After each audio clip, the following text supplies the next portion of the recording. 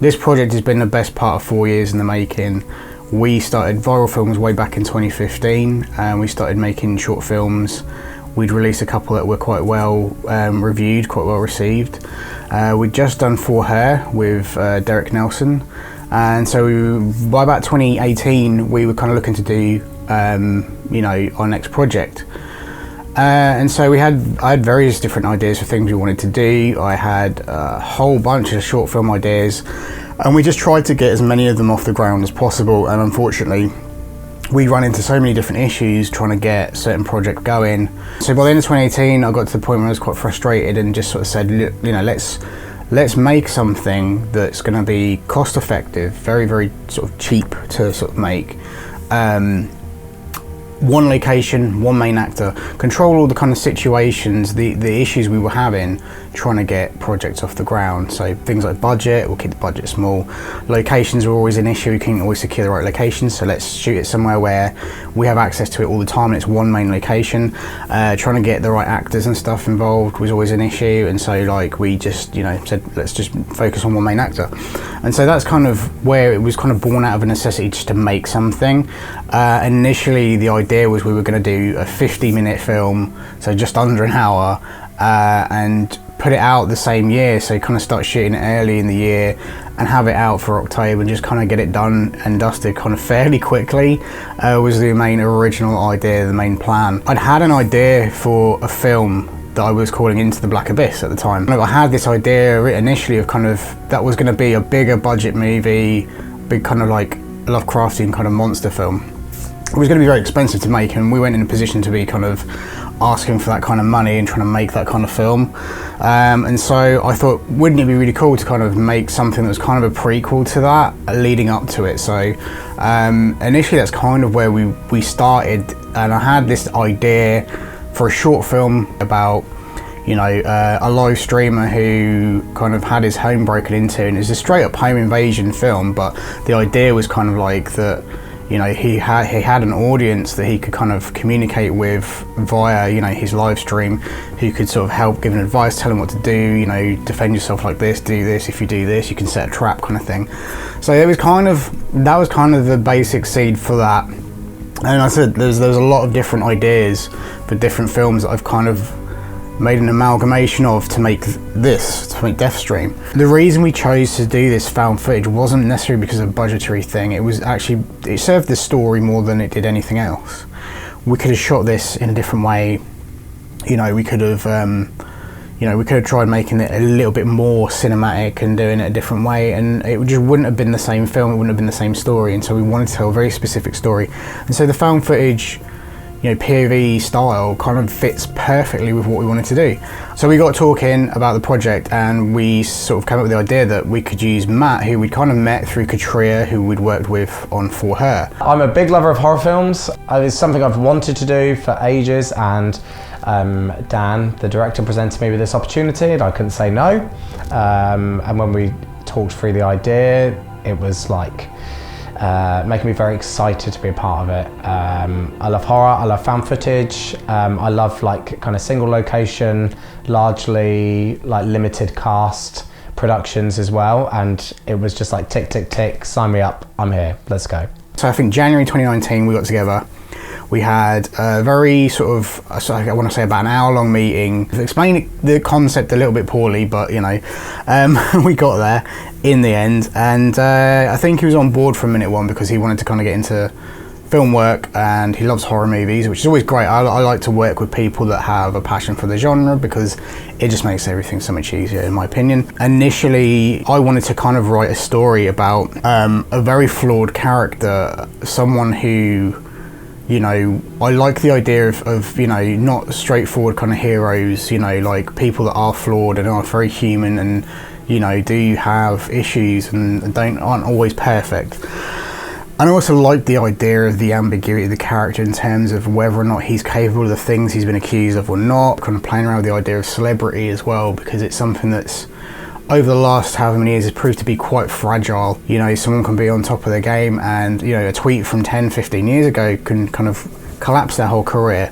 And so, I like the idea of, Matt's character Zach being, you know, kind of on top of his game and being like, you know, very famous, and having, let's just say, this incident happen in his life that, you know, knocks him down quite a few pegs, doesn't completely ruin his career, but it doesn't help things either.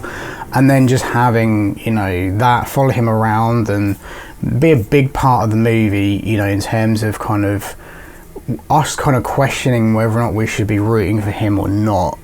So Zach is a gamer who is a popular live streamer online, and he is a bit of a show-off as far as being a live streamer is concerned, I guess. And when he is confronted with things that test him, let's say, I think his show-offiness is kind of pushed to the limits. So, and we see some different shades to Zach. I believe it was April of 21 that we actually kind of started getting fully into production on it. Lockdowns and COVID were kind of, you know, not so much done with. Obviously it was still something that was lingering in the background, but, you know, we're being extra cautious and being very COVID compliant on set. Production was just nuts, you know. It's been the craziest thing we've ever done in terms of filming, and it took us probably a good 18 months to get it all shot. There's a lot of stuff we wanted to shoot we didn't in the end, but I think that's always going to be the case, you know, because again, this is such a low budget movie. It costs less than $3,000 to make, so we had to shoot weekends, weeknights, things like that, you know. And obviously again, because of, you know, it all takes place at night, you know, it's one of those things where we had to shoot it at night, you know. We had to shoot for real. We shot it mostly chronologically as well, just to kind of keep everyone sane in terms of where we were and make sure we got everything. Definitely, I'm glad we did that. But because we shot it over such a long period of time, I was able to run post-production alongside it, which is something I kind of have done on short films and things like that, where we'd shoot something and then I'd go and just quickly get it into the edit and figure out and make sure we've got everything before going back the next day and filming. And so we were doing this, so we were shooting weekly, weekends and stuff like that. You know, throughout the week I'd be working on the footage that we had from the previous week and just making sure we had everything we needed, and if we didn't, we'd go back and say, right, we need to shoot this first, get this done out of the way, and then we can continue on with this scene, you know. So there were definitely a lot of challenges with this. It's been very challenging in ways that I think I didn't expect, because I've done different types of filming projects, but nothing like this kind of like long form. And because we've like dipped in and out of the production of it for like 18 months or so now, you have to keep yourself like mentally checked in and like aware of what's going on. And I've never had to do something kind of like that committed over that length of time, and that's definitely been a challenge. But I would like to think over the course of the film, which is set in real time, those 18 months will appear like 18 minutes. I don't recommend people go out and make found footage movies, because they are a lot more difficult to make than people would tell you. So to have a movie that feels like it's happening in real time is very difficult to pull off. And some of these takes are huge. I mean, Matt did an amazing job, because like there's certain takes, I think probably the longest take in the film is something like 7 or 8 minutes long. I think that's during the gameplay stuff where he's just going through all this dialogue. So yeah, thinking about editing in terms of a found footage movie is very, very difficult, you know. So yeah, it's not a case of being like, we can put the camera here, we can put the camera there. We had to put camera in places that kind of made sense. You know, Matt had to kind of handle the camera and do a lot of the camera work himself. We sold the idea of this device that, you know, he could hold and carry around, so that was kind of good to get that kind of done and out of the way first, and explain the technology behind the film, behind what he was holding in his hand, you know. And just kind of, yeah, you can't edit in a traditional way when it comes to found footage movies. So that made things very, very difficult, very tricky. Took a lot of planning and figuring out how we were going to shoot things, what angles we were going to shoot them from, how the camera was going to be handled, etc. And so yeah, we just had to make smart decisions, things that made sense in terms of that. I knew I kind of wanted to make quite a kind of over the top gory movie. I think like it's quite a slow burn to begin with. There's not an awful lot. We don't get the first kill till nearly halfway through the film, about 40 minutes.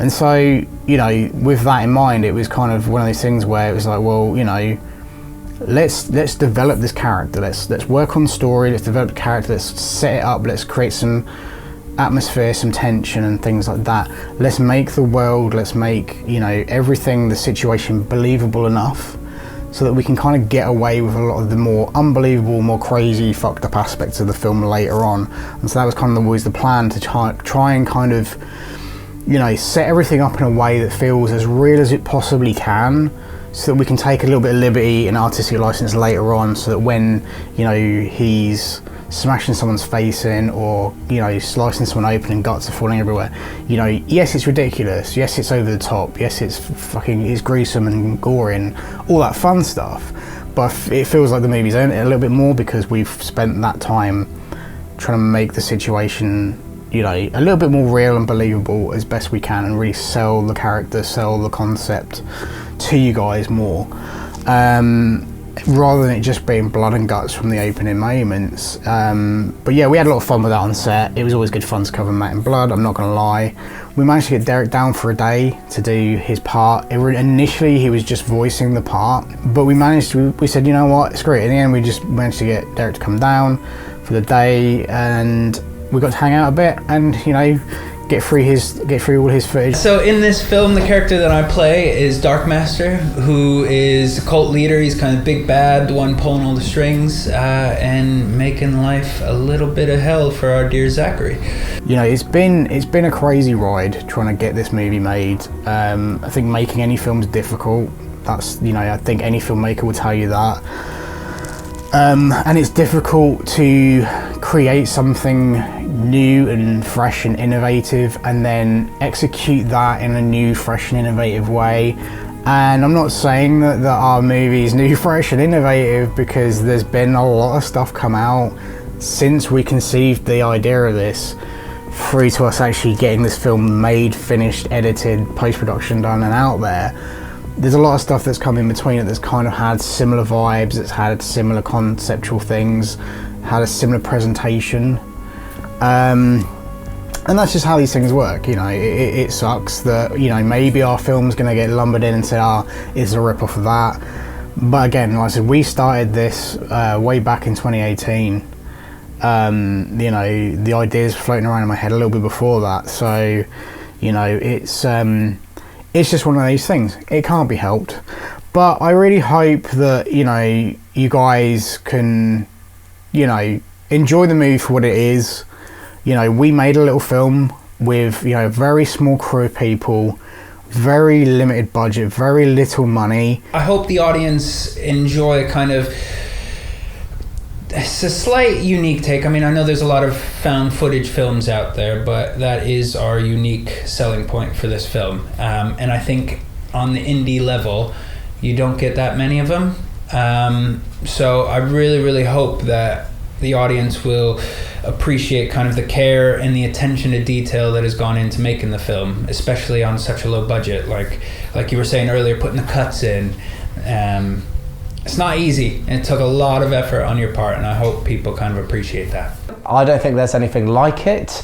It's part home invasion with some like supernaturally elements, some cult themes and spooky stuff going on, and blood and death, and it's great. Watch it. I'm very proud of it. I think we've done an amazing job considering all the things that were kind of working against us initially to get it made. You know, I think there's a lot of stuff that worked against us, but I think we overcame that. I think we just pushed through and got the film made, and it's been a really crazy 4 years. It's been an even crazier 18 months. It got to the point where I feel like we weren't even sure if we were going to get it done, but I'm glad it's there, finished, out there for you guys to enjoy.